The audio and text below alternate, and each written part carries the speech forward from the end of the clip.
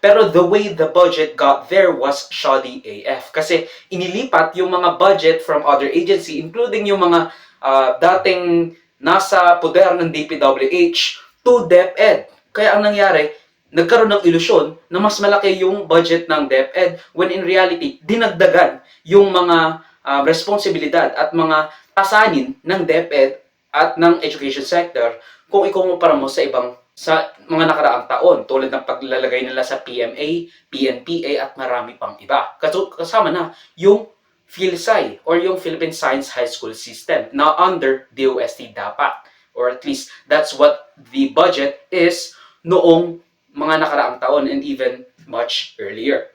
Masyado itong slimy at unconscionable kung titignan natin, pero I digress. Now, ang gumawa ng ingay, as I said earlier, ay yung sinabi ni Duterte sa podcast na Bastada Buenos, kung saan sinasabi nilang may mga blanco sa mga line items ng GAA 2025. To which, President Ferdinand Marcos replied, Reactions niyo, sir, regarding sa allegation po ni former President Duterte regarding sa blank item? He's lying. He's a president. He knows that you cannot pass a GAA without with a blank. He's lying. He's lying because he knows perfectly well that that doesn't ever happen.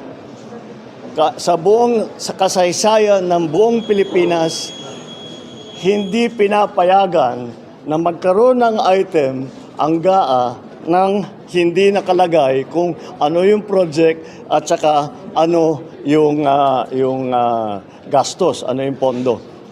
So, it's a lie. We